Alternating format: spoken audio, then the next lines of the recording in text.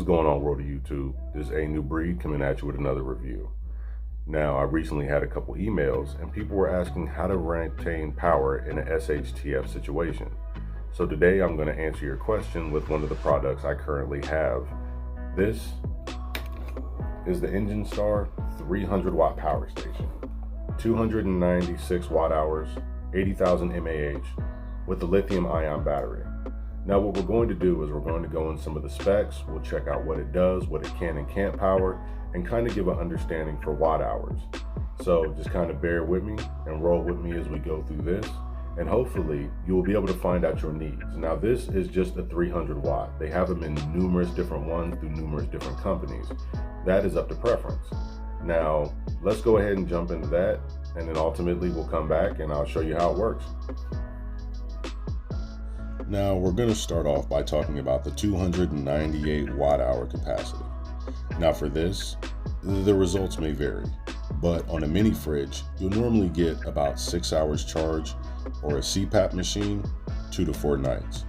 Now if you're going to charge something through USB, you'll normally get about 20 charges on a cell phone, 7 recharges on an iPad, or 16 recharges on a camera. You can charge numerous other things, and we'll get into some of those, and I'll also let you know the limitations, what it can't charge. Now, there are 3 ways of recharging. The first one is you can recharge out of your regular home outlet with any 110 volt, and that takes about 5 to 7 hours. You can also use your car charger.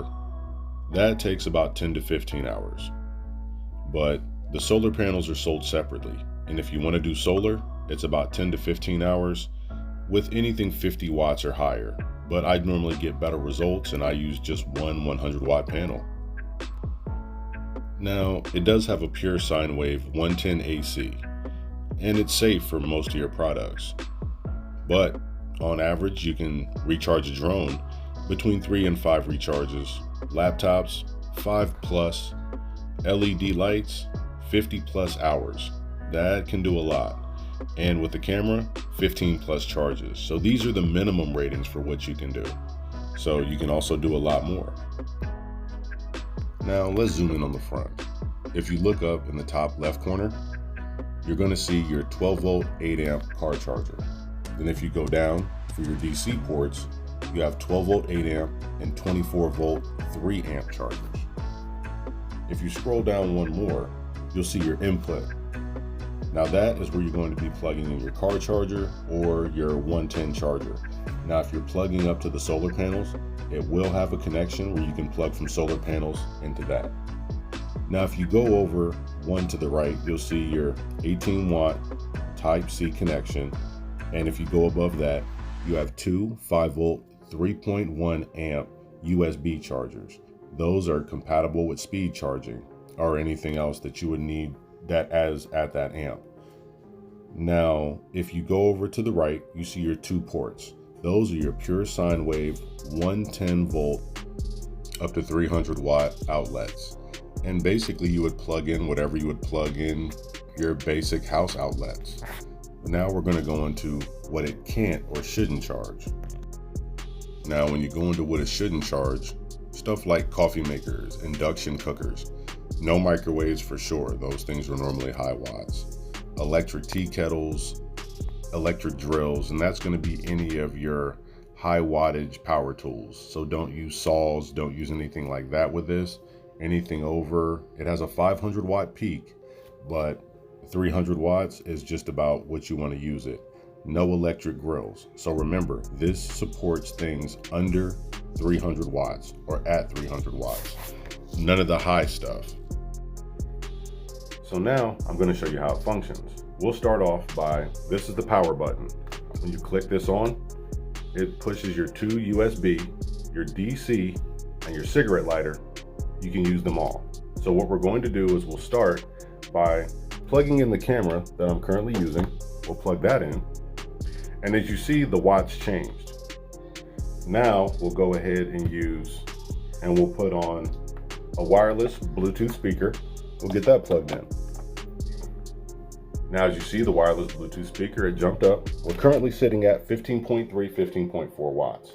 Now we'll be plugging in not only the 20-volt battery for my cordless tools, but we'll also be plugging in my Chromebook. So you hit the switch, and the switch turns on the AC, and they're ready. So now we're going to plug in the Chromebook to let it charge. And we're going to go ahead and plug in the battery.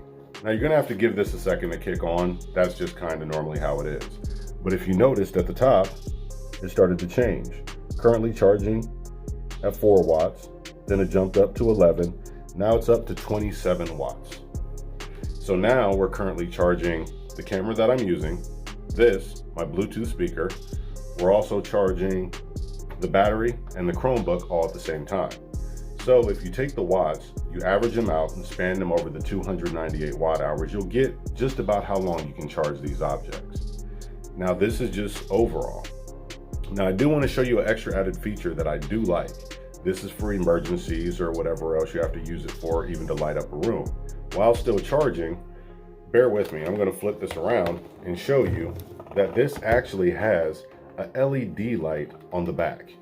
So for emergencies or lighting, go ahead and click that on for your regular light. That's for strobing, and that is for SOS.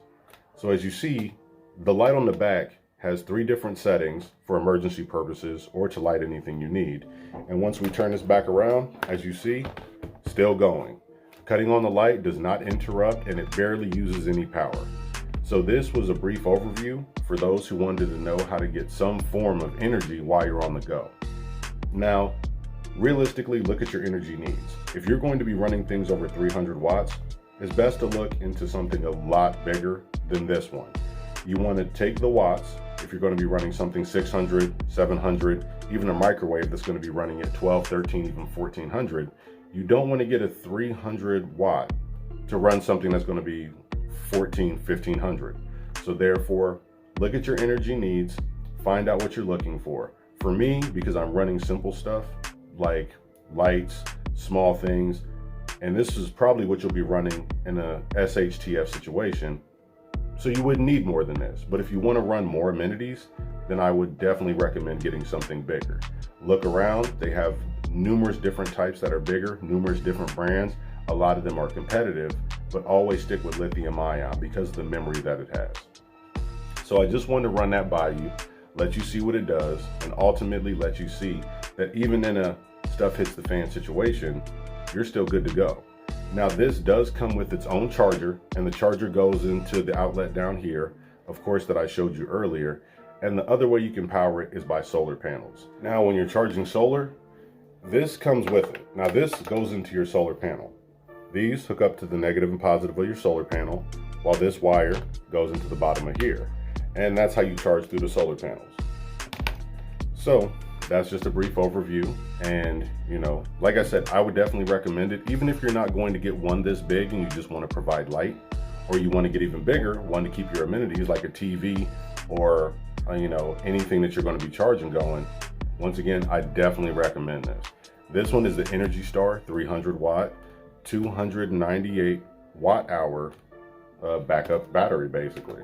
So I hope you enjoyed. I hope you definitely think about it. Search around, look on Amazon, Google different types, and see what fits your needs. And I'll be coming at you with another one. I have a Rockpals 350, so I think that one will be a pretty interesting one. So remember, if you're ready, you ain't got to get ready. And as always, if you enjoyed the content, don't forget to like, comment, share, and of course, subscribe. Have a wonderful evening.